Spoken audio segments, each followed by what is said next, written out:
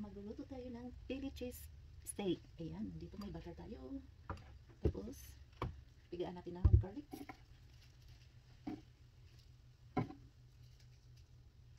Hindi ko na binalatan kasi hindi na kailangan. Tapos,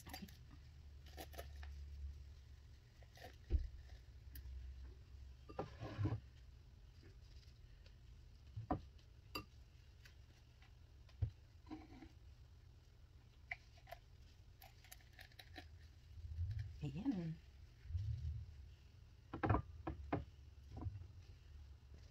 Tapos ito yung tinapay. Iwain natin guys.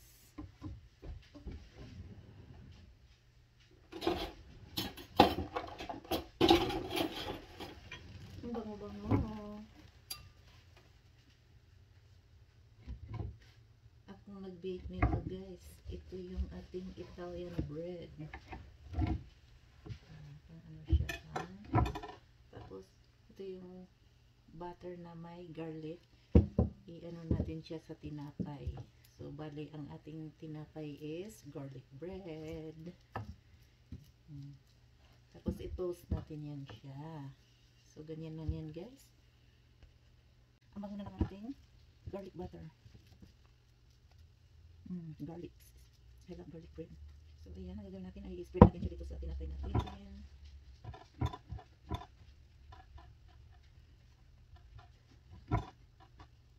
So isang sandwich sa isang tao. Kasi na yan guys. Pero ano ayun.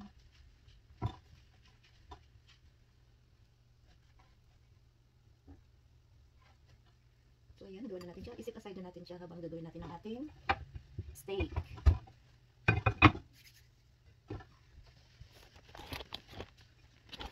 Ang gagamitin natin steak ay flat. Ito ang ating steak.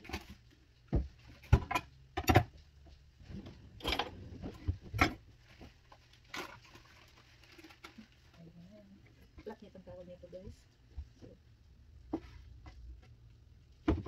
ang tamang paghiwa ng ating meat is, kita niyo yung grain, ayan. Ang tamang paghiwa niyan is against it. Yan ang tamang paghiwa ng karne guys. You cut against it. Maninipis ang hiwa natin. Wow. Kailangan maninipis, ganyan. Madali lang siya guys. Ang tawag niya ay Philly cheese steak. Sandwich. Ang origin niya ay siguro Philadelphia yun. Kaya tinatawag ng Philly. So ganyan lang yan. Hiwain lang natin ng maninipis. Tapos timplahan lang siya ng salt and pepper guys. That's it. Pwede ka rin gumamit dito ng ribeye steak. Pero ang ginagamit namin dito is flat meat talaga. Yung ano siya, flat steak. So ayan, mamaya pakita ko sa inyo ang pagluto niyan at pag-asimbo. Ano ba yung dito? Sibuyas. Nahilot na ang karne. Sibuyas naman.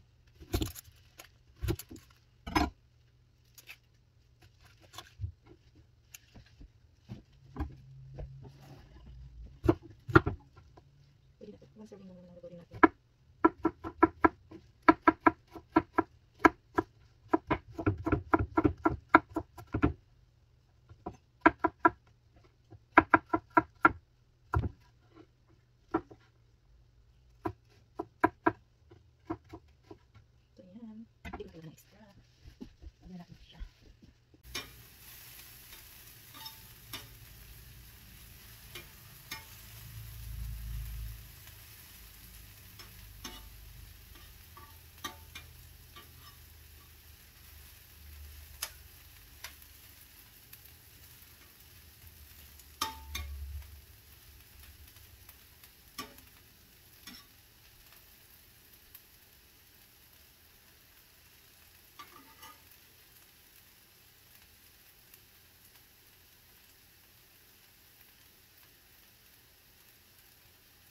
Kailangan natin ng black pepper at saka asin para sa ating meat.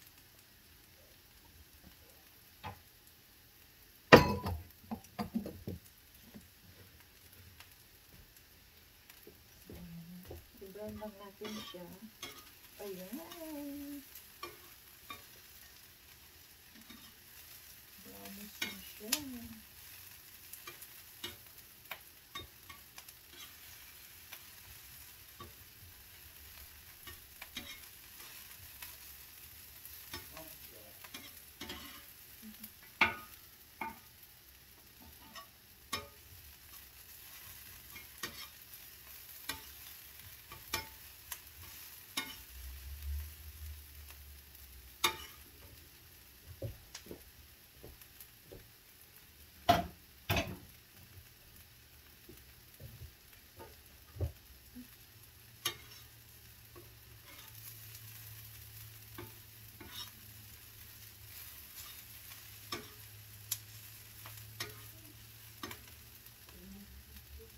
Lagyan natin ng kunting asin.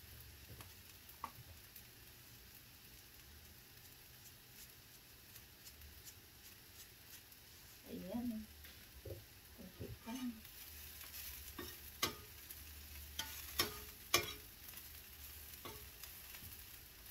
Ayan, pwede na siya. Tabi na natin.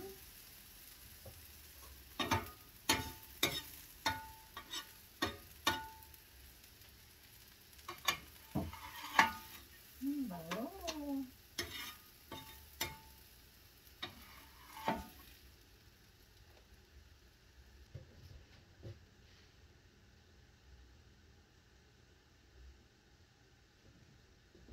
Olive.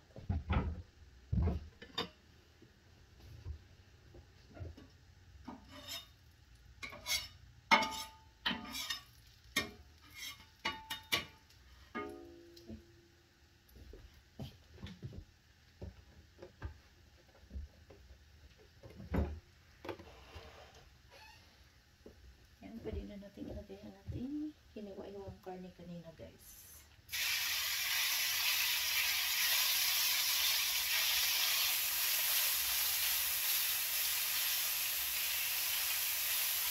Dito.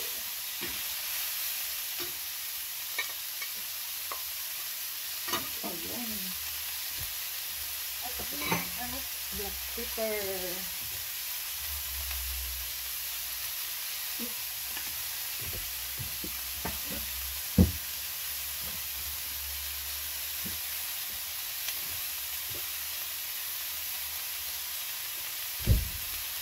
Kailangan i-toast natin siya ng huwag natin siyang galawin hanggang sa toasted na siya.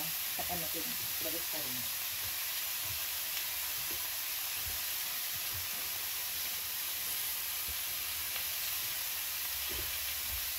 So, ito na yung tinapay natin with butter and garlic. Toast natin siya doon. Ganun.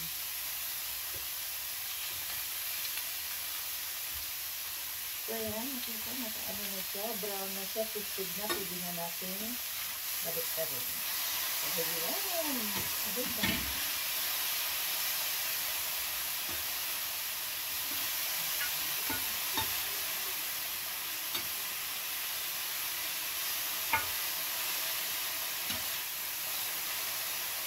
Madali lang lutuin yan, guys, kasi nalisig siya, remember?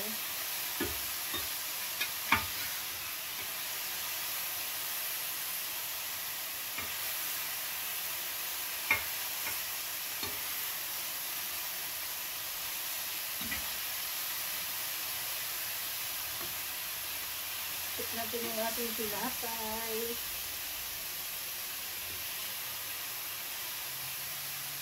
Ayan na. Toasted na siya.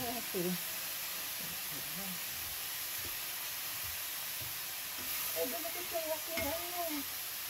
Aking garlic. Lagay ko naman sa higit. So, ngayon, pwede na natin ibalik yung ating caramelized onions.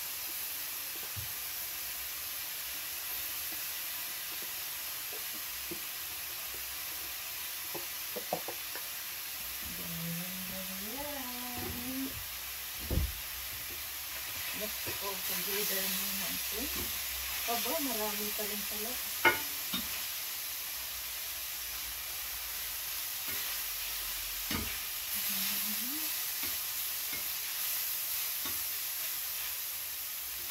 Okay, nakahalo lang mabuti.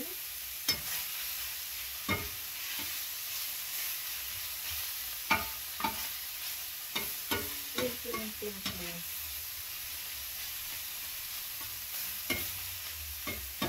At ang gagamitin natin sis dyan ay provolone. Yan ang nagdadala sa pangalan. Maraming provolone. Mahilig kami sa sis, guys.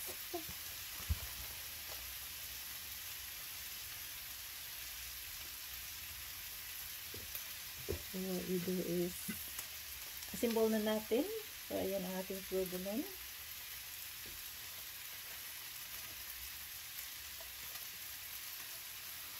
Mayaman tayo sa provolone kaya huwag magtipid. Ayan, ano ito? Pili na natin siyang pakain. Timbol na natin ang ating sandwich.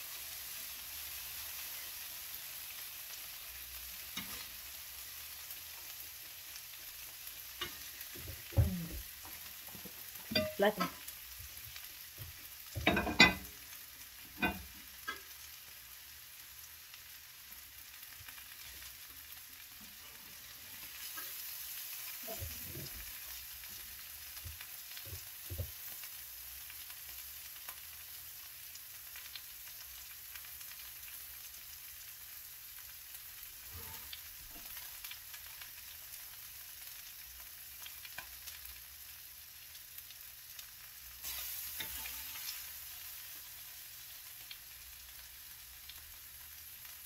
One serving lang ito. 1 person only.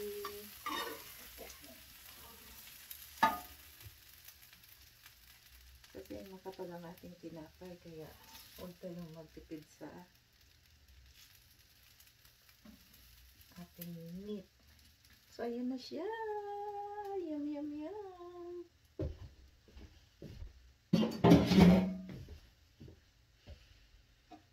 So, ayan guys. Ganyan lang yan.